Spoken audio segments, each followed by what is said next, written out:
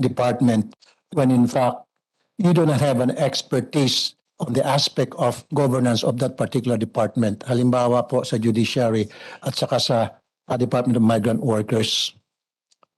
Do you have experts that gives you guidance bago kayo mag-slash ng proposed budget ng isang departamento?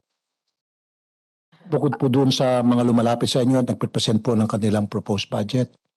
Mr. Chair, Your Honor, when a budget is proposed to DBM, when an agency goes to DBM to propose their budget level, there are two things which we consider. Okay. Number one is the cost of their ongoing programs and projects. And these comprise the tier one. What we call the tier one is the cost of ongoing programs and activities, regardless of whether an organization or an entity has outputs or produce outputs. Number two, we now consider also the absorptive capacities of agencies and departments. Okay. Because in many instances, continuing appropriations are not used, or not even released during the year that it was appropriated. Let's start with the Department of Migrant Workers, which I'm the committee chair. Nag-request po ng CAPEX ang OWA for 2022 ng 281,116 pesos.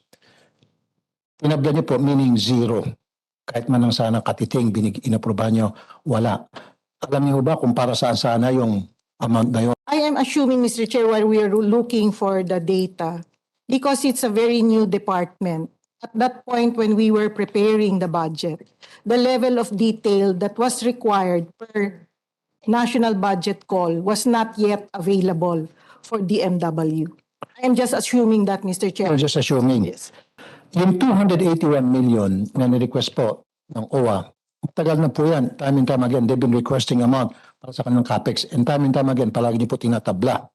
Para saan po sana yan? Para po sana sa mga infrastructure na yan, mga offices at mga sasakyan na gagamitin po ng mga kawani nila para pumunta sa mga liblib na lugar para tugunan ang mga panawagan ng mga OFWs, yung mga may problema, susunduin, dadalhin sa shelter, at yung mga dumarating, susunduin sa airport, dadalhin pa doon sa kanilang lugar.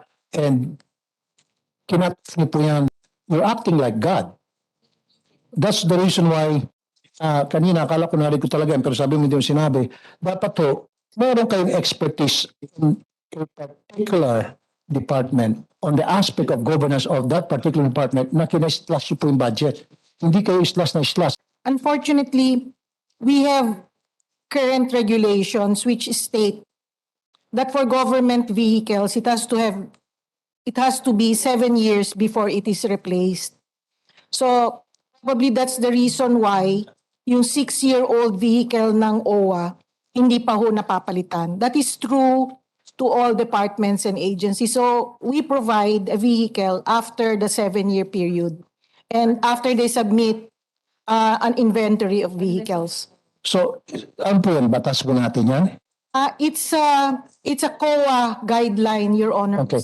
Nito pong huli, ito pong pandemic na ito, binigyan natin ng OWA ang authority to rent motor vehicles, especially for OFWs.